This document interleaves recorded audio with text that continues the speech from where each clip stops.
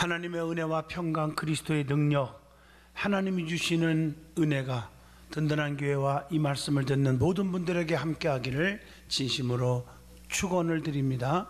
시편 122편 1절로 9절을 통해서 예루살렘을 향한 다윗의 고백이라 하는 말씀을 드리고자 합니다. 성경에 보면 이 사람이 살아가면서 고백이 얼마나 중요한가를 가르쳐주고 있습니다. 우리 예수님께서도 아주 고백을 좋아하십니다. 그래서 주는 그리스도시요 살아계신 하나님의 아들입니다. 이렇게 고백을 했을 때 우리 주님께서 바요나 시몬아 네가 참 복이 있다고 칭찬을 해주셨습니다. 시편 18편에 봐도 나의 힘이 되신 여호와여 내가 주님을 사랑합니다. 주는 나의 반석이시고 산성이시고 요새시고 구원의 뿌리시고 피할 바위십니다. 얼마나 우리 하나님 기뻐하는지 모릅니다. 여러분 시편 121편만 봐도 나의 도움이 어디서 올꼬 천지를 지으신 하나님밖에 없습니다. 이렇게 고백할 때 하나님 너무 기뻐하시는 것입니다. 우리가 인간관계에서도 마찬가지입니다. 사랑합니다, 존경합니다. 너무너무 그 상대방에게 힘이 되는 얘기 아니겠습니까? 특별히 성도들이 부모나 남편, 아내, 자식 또 목사님들이나 또 성도들에게, 장로님들에게 여러분 인사하는 것도 마찬가지예요. 항상 힘내세요. 제가 있잖아요. 이게 얼마나 힘이 되는 말인지 몰라요. 그런데 속을 바가지로 쓰기는 사람은 이 말하기가 힘들겠죠. 네가 있다니 너 때문에 머리 다 뽑아진다. 이렇게 나오면 곤란하지 않겠습니까? 특별히 설교 시간에도 마찬가지입니다. 설교 끝난 다음에 성도가 목사에게 애쓰셨습니다. 그러면 참 뭔가 찝찝해요. 땀을 뻘뻘 흘리고 설교를 한 것 같은데 뭐 이렇게 별 가슴에 와닿는 게 별로 없습니다. 꼭 그런 뜻 같아요. 그건 안 돼요. 뭐라고 해야 돼요? 오늘 큰 은혜 받았습니다. 이 한마디가 그날의 피곤을 다 없애버리는 줄로 믿습니다. 이 말 한마디가 정말 중요한 거거든요. 특히 신자들이 신앙적으로 신앙 고백을 할 때 아주 아름다운 일이요 하나님의 은총을 받게 되는 줄로 믿습니다. 오늘 본문 시편 122편을 보면 다윗이 하나님을 너무너무 사랑하기에 예루살렘 성전을 너무 사랑했고 그리고 예루살렘 성전을 향했고 그 성전을 위해서 늘 힘쓰고 기도했다는 그 모습을 찾아볼 수가 있었습니다. 그래서 다윗이 예루살렘 성전을 향해서 신앙적으로 고백하고 있는 모습이 오늘 본문의 말씀입니다. 그러면 다윗이 어떤 고백을 했는지 오늘 말씀을 통해서 저와 여러분이 뜨거운 감동적인 은혜의 시간이 되기를 바랍니다. 제일 첫 번째 다윗은 오늘 본문 1절에 사람이 내게 말하기를 여호와의 집에 올라가자 할 때 내가 기뻐하였도다 이렇게 기록되어 있어요. 다윗은 하나님의 집에 올라갈 때 기뻐했음을 고백합니다. 성도는 성전에 올라갈 때 가장 기뻐해야 될 줄로 믿습니다. 성전에 올라가는데 왜 기쁠까요? 성전은 하나님을 만나는 곳이기 때문입니다. 요한복음 4장 24절 성전은 하나님 앞에 신령과 진정으로 예배하는 곳이기 때문입니다. 마가복음 11장 17절에 보면 성전은 만민이 하나님을 향해서 기도하는 집이기 때문입니다. 그래서 하나님은 이 성전에서 예배를 통해서 말씀을 듣게 되고 하나님의 말씀은 성전에서부터 축복으로 흘러올 줄로 믿습니다. 이사야 2장 3절이나 미가서 4장 2절에도 말씀하고 계십니다. 그러므로 성전은 하나님의 집입니다. 누가복음 19장 47절의 말씀. 그래서 성전에는 기능이 있어요. 어떤 기능이 있을까? 마가복음 12장 35절 보면 성전의 기능은 하나님의 백성에게 말씀을 가르치시는 데 있습니다. 성전에서 말씀이 사라지면 성전의 기능은 사라지게 되는 거예요. 마가복음 11장 15절의 말씀입니다. 예수님도 성전에서 말씀을 전하고 말씀을 가르쳐줬다고 누가복음 19장 47절에 분명히 말씀합니다. 성도는 하나님의 집에 자주 올라가는 자가 되어야 합니다. 은혜 받고 신앙생활을 하면 성전에 자꾸 가고 싶은 거예요. 성전에서 하나님을 만나는 거예요. 체험을 하는 거예요. 우리가 하나님을 진정으로 사랑한다면 하나님을 자꾸 만나고 싶어 하는 거예요. 만나는 장소가 하나님의 성전이라는 거 아셔야 합니다. 그래서 아무리 멀어도 성전에 올라가는 거예요. 예? 나의 도움이 어디서 올꼬? 천지를 지으신 하나님께로소이다. 그 하나님 졸지도 아니하시고 주무시도 아니하시고 낮에 해가 밤에 달이 너를 상치 아니할 것이며 너희의 출입을 지금부터 영원까지 지키시리라. 성전에서 하나님을 위해서 일할 때 우리 하나님은 너무 기뻐하고 너무 즐거운 거라는 것입니다. 그러나 은혜 받지 않고 신앙생활을 하면 모든 것들이 즐거움이 아니라 고역이 되는 것입니다. 두 번째, 다윗은 성전을 너무 많이 사랑했다고 고백합니다. 본문 2절로 3절에 예루살렘아 우리 발이 네 성문 안에 섰도다. 예루살렘아 너는 잘 짜여진 성읍과 같이 건설되었도다. 이렇게 고백을 합니다. 성전을 사랑하는 것이 주님을 사랑하는 것과 똑같은 원리입니다. 교회는 그리스도의 몸이기 때문입니다. 에베소서 1장 23절 교회는 그의 몸이니 만물 안에서 만물을 충만케 하시는 이의 충만함이니라. 이렇게 말씀하고 계셔요. 사울이 교회를 엄청나게 핍박을 했어요. 그런데 주님은 분명히 네가 나를 박해했다 이렇게 말해요. 사도행전 9장 4절에 그렇게 말했어요. 다윗의 발이 성문 안에 있었다고 하는 2절의 고백, 너무 아름다운 고백이잖아요. 성도는 항상 성전 안에 거하여야 된다는 얘기죠. 우리의 발이 성전 안에 들어와야 된다는 것입니다. 자, 성경에 보면 성전 미문의 안진뱅이, 성전 안에 들어오지 않고 밖에 미문입니다. 그 안진뱅이는 육적인 사람의 모델입니다. 그는 거지였습니다. 누가 어보다 놔야 먹고 살았어요. 남의 신세만 짓고 사는 자였어요. 그는 육의 사람이에요. 먹을 것만 구걸하고 있었어요. 성전 안에 들어오지도 않았고 거기 성전 안에 무엇이 있는지, 왜 사람들이 성전 안에 들어가는지 전혀 관심이 없었습니다. 오직 먹을 것에만, 먹고 사는 것만 관심이 있었다는 거죠. 그래서 사람이 지나가면 저 사람이 나에게 한 주먹 줄까, 두 주먹 줄까, 동전 하나만 줄까, 그것만 판단하고 있었습니다. 그러나 수많은 사람들이 지나가면서 동전 하나씩 던져줬겠지요. 그러면 내일도 모레도 죽을 때까지 이 거지는 평생 그렇게 살아야 돼요. 그런데 기도하는 사람, 은혜 받은 사람, 베드로와 요한이 그냥 지나갈 수 없어서, 근본 문제는 이게 아니다. 내게는 은과 금이 없거니와 다만 내게 있는 걸 내게 주노니 곧 나사렛 예수 이름으로 일어나 걸어가라 했을 때 일어나 걸어가고 성전 안에 들어갔습니다.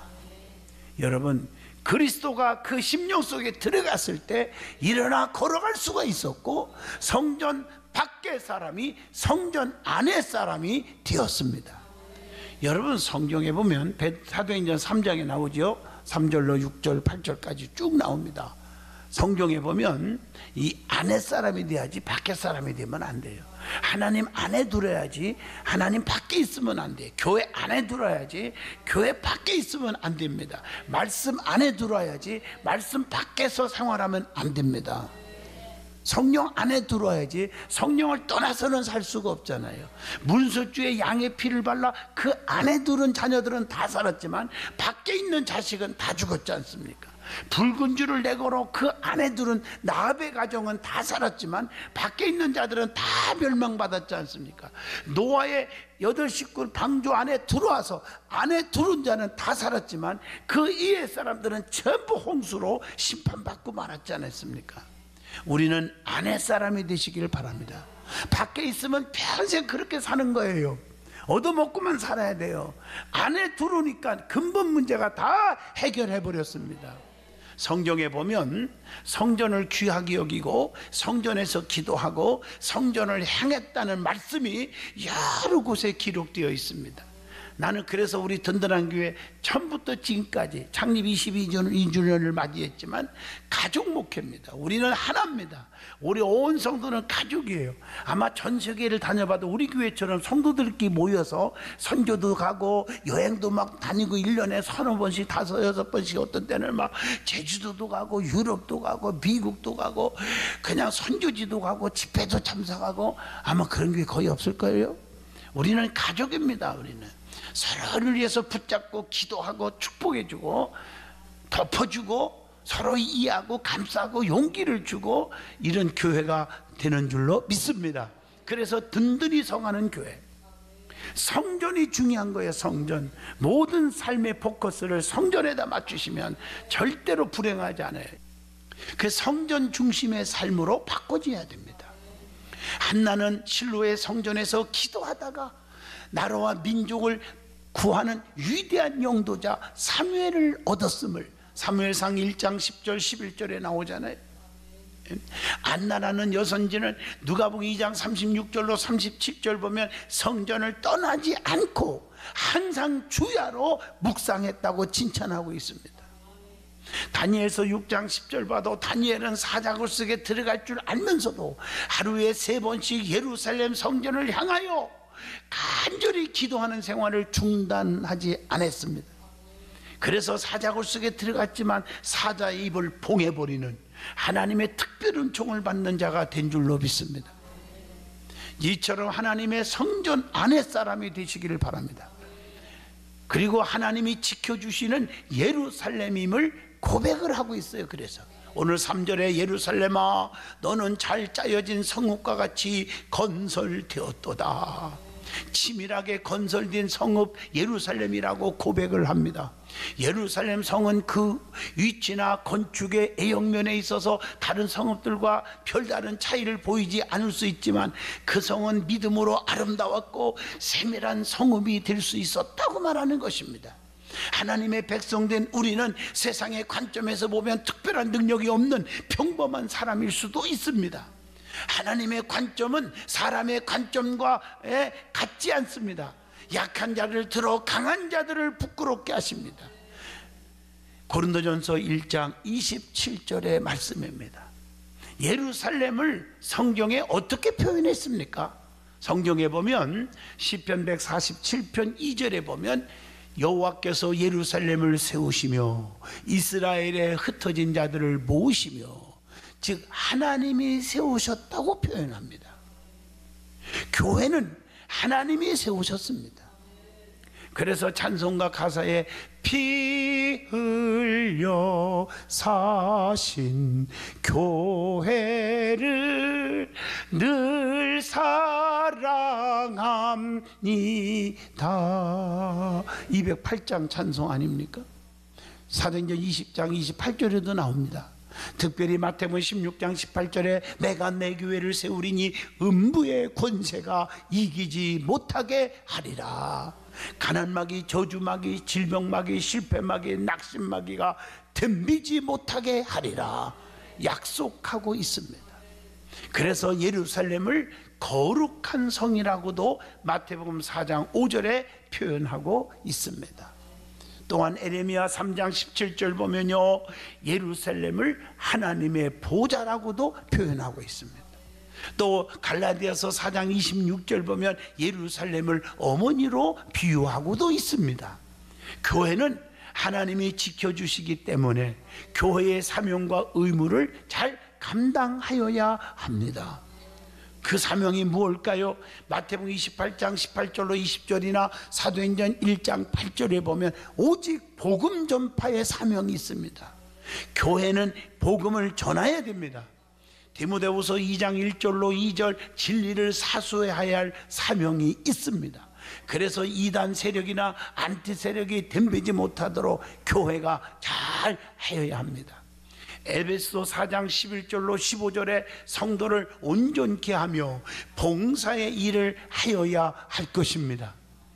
그리고 골로새서 3장 16절 보면 예배의 의무를 하여야 합니다.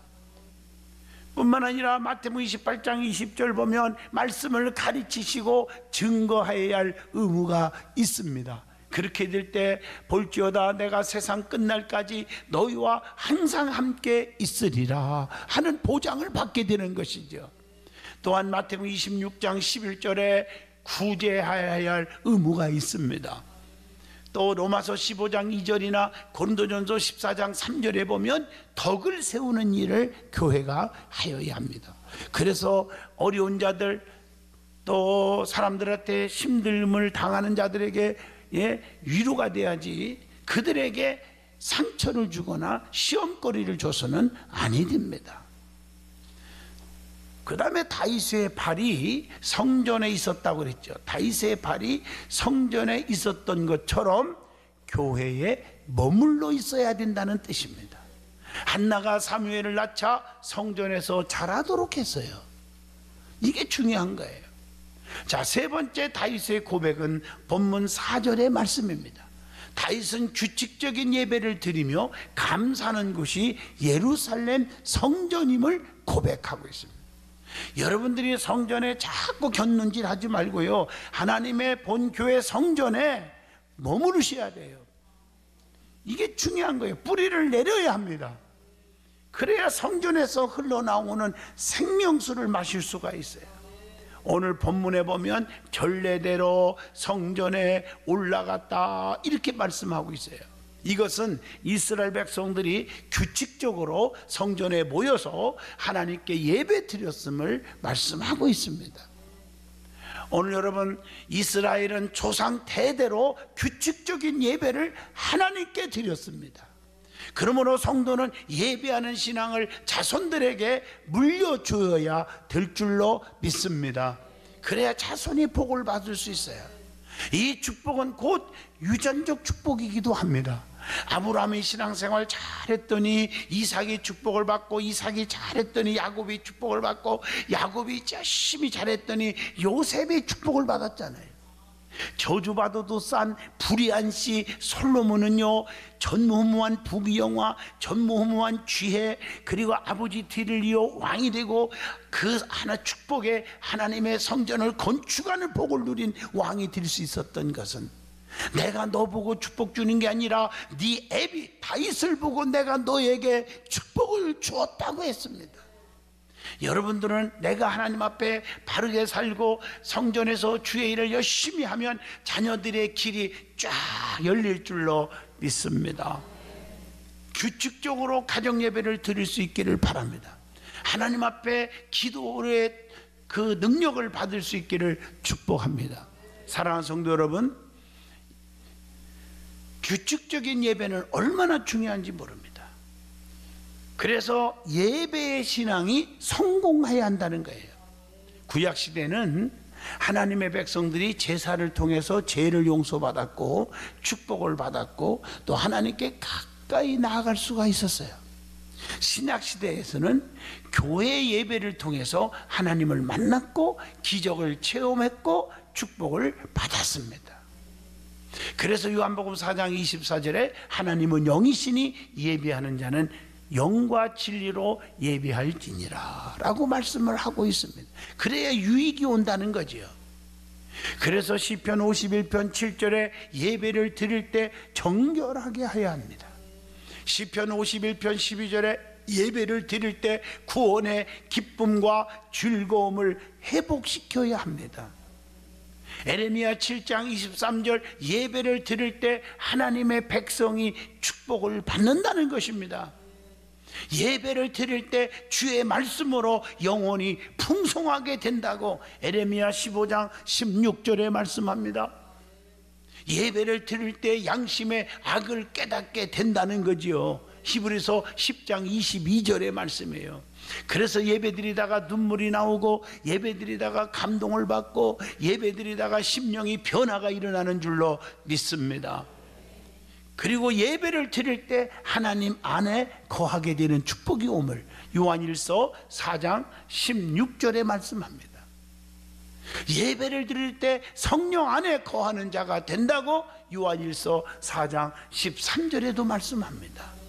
그러므로 예배가 얼마나 중요한가를 깊이 깨닫는 여러분 되기를 바랍니다.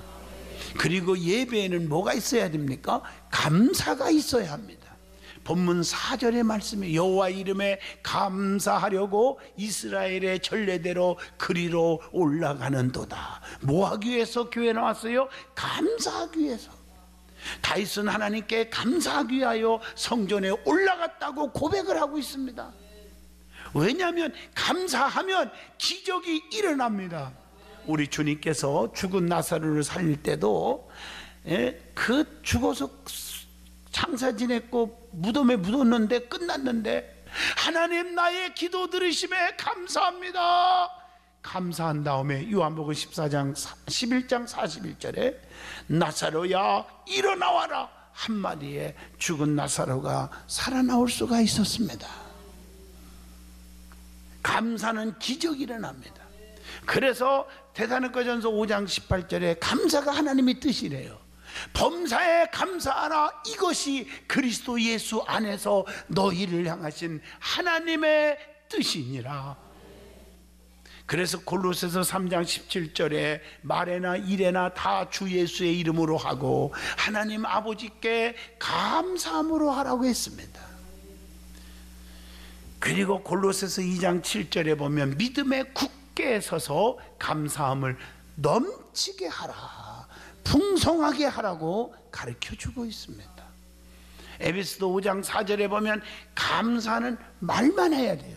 불평과 원망의 말은 절대 하지 않기를 원합니다. 많은 사람들은 입만 열리면 부정적이에요. 할 수 없다, 하나만 하다 하지 말자, 왜 하려나 모르겠다, 왜 저러나 몰라. 불평하면요 저주가 쫓아와요. 그러나 감사하면 축복이 달려와요. 이걸 아셔야 돼요. 말 한마디 한마디도 감사하는 말만 하세요. 다니엘서 6장 10절에 보면 다니엘처럼 환난 속에서도 감사하고 기도를 했어요. 누가복음 17장 12절로 19절에 보면 한생병으로 다 죽게 됐지만 주님께서 너희들의 몸을 제사장 앞에 가서 보이라. 그래서 보이러 가다가 다 고침받았어요.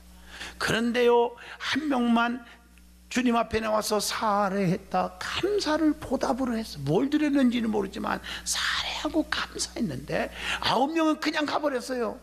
그때 감사할 줄 모르는 9명이 어디 있느냐고 주님이 책망하고 찾으셨습니다. 감사하는 자가 되기를 바랍니다. 그러면 감사하지 못하는 이유가 뭘까? 왜 사람들이 감사를 못할까? 그 이유를 찾아봤어요. 사무엘상 25장 11절이나 전도서 5장 10절에 보면 탐심 때문에 감사를 못해요. 욕심이 너무 많아. 그래서 욕심이 잉태한 죄를 낳고 죄가 장성한 즉 사망에 이르는 거예요. 그래서 마지막에 욕심이 막 부하면 마지막에 그것 때문에 멸망을 받는 거예요. 로마서 1장 21절 미련해서 감사하지 못하다 그랬어요. 고린도후서 3장 5절에 보면 스스로 만족하기 때문에 못해. 나는 이 정도는 됐어, 만족해. 이러니까 감사가 안 나오는 거예요. 감사가 넘치시기를 축복합니다. 감사하면 영적 생활에서 승리를 얻어요. 고린도전서 15장 57절에 주 예수 그리스도로 말미암아 우리에게 승리를 주시는 하나님께 감사하노니 그랬단 말이에요. 모든 환난에서 감사할 때 건져 주신다고 시편 54편 7절에 말씀합니다. 나는 왜 이렇게 병들까? 나는 왜 이렇게 늙었을까? 나는 왜 이렇게 물질이 없을까? 그러면요 자꾸 마귀들이 춤을 추고 막아버립니다.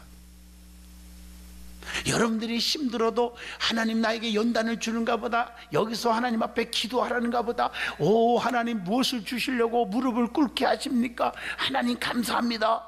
이런 모습이 있어지기를 바랍니다. 그래서 감사하면 기도에 응답이 있어요. 요한복음 11장 41절 예수님처럼 말이에요. 하나님 앞에 감사기도 한 다음에 나사로를 살렸지 않았습니까? 네 번째 다윗의 고백입니다. 본문 6절입니다. 다윗은 예루살렘 성전을 사랑하는 자에게 형통이 있다고 고백을 합니다. 오늘 시편 122편 6절에 보면 예루살렘을 향하여 평안을 구하라. 예루살렘을 사랑하는 자에게는 내가 형통케 하리라. 예루살렘을 사랑하는 자가 누구입니까?